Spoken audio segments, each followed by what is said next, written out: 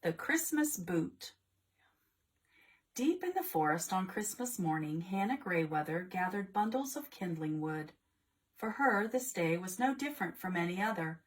As she went about her chores, she chatted to the forest. She talked to the mountains, but mostly she spoke to herself. "Brr," she said to the mountains. "Will this winter ever be over? It's chilling my bones." The mountain didn't answer. Her arms were nearly full when, just past the spruce grove, she spotted something. In the snow, deepest black upon purest white, lay a boot. "Glory be!" Hannah exclaimed to the forest. "Who could have lost this?" The forest remained silent. And since her feet were fully freezing, and since it looked to be such a nice boot, she slipped her rag-wrapped left foot deep within it. "Ah," Hannah said, "that does feel nice." It surely must have, for when she slid her tiny foot into the very large boot, it suddenly took on the shape and size of Hannah's own foot. The boot fit perfectly.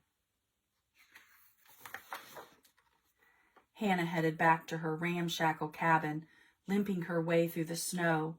Her warm left foot stepped nimbly as her cold right foot struggled to keep up. This boot was quite a find. Hannah said to the walls of her cabin, "Where do you suppose it came from?" The walls did not reply.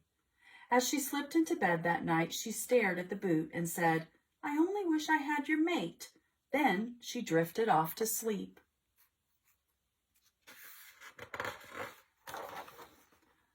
"Come on, Boot," Hannah said the next morning. "Time to get to work." But as she slid her legs over the side of the bed, she didn't see just one black boot. She saw two. "Glory be," Hannah said to the right boot. "How did you get here?" The boot didn't say. Then Hannah Greyweather placed both her feet into those warm black boots. They fit most comfortably. As she went about her wood gathering, Hannah had a spring in her step that hadn't been there for years.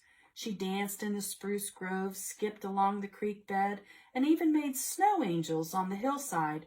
Her feet felt wonderfully warm.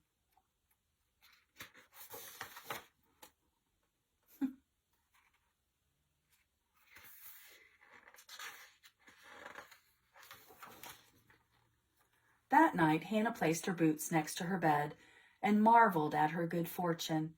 "Such a magnificent find," she said to the left boot. "Who could have lost such treasures as you?" The boot stood silent. "No matter," said Hannah. "I've made good use of you.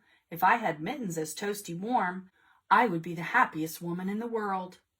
In the morning, tucked neatly inside each boot, was a bright red mitten. "Glory be," Hannah said to the boots. "What form of magic is this?" The boots wouldn't tell.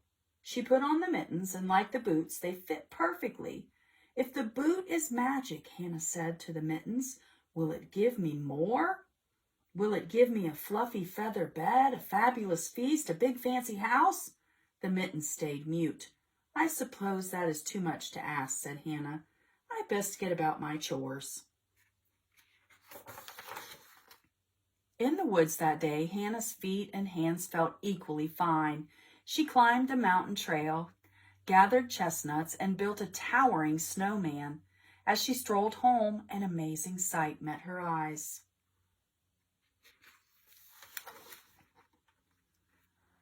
Where her ramshackle cabin had been stood a big, fancy house.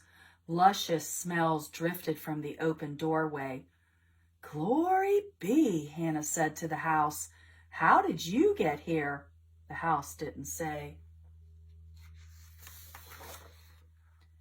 Inside, Hannah wandered from room to room, taking in the loveliness of it all. She tasted the fabulous food. She snuggled in the fluffy feather bed.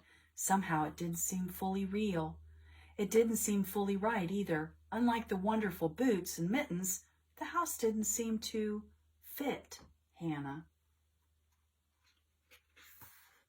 Suddenly there came a knock, knock, knock on the fine front door. "Who could it be?" Hannah asked the feather bed. "I've never had company." The bed stayed silent. She opened the door cautiously. Peeking through the crack between the door and the wall, she spied a man with a very white beard. He wore a red hat and a red suit and one black boot. "May I help you?" Hannah asked the man. "Yes," he answered. "I think you may have found something of mine." Hannah was happily surprised to hear the sound of another voice. She opened the door at once. "Glory be," she said. Come in, you must be freezing." "Just my left foot," said the man with a twinkle in his eye. Hannah looked down at her own booted feet. "Yes," she said, "I do believe I have something that belongs to you."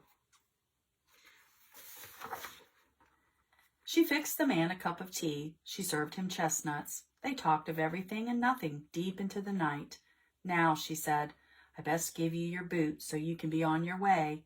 When the man placed his large left foot into the boot, it took on the shape and size of his own foot. "Ah," he said, "that does feel nice." At once his big fancy house, the fabulous feast, and the fluffy feather bed disappeared. Even her right boot and mittens were gone. "I am sorry," said the man. "No need," said Hannah. "It is as it should be. The boot didn't belong to me, but I enjoyed it while it was here." "Is there anything I can give you?" asked the man. "What do you truly desire?"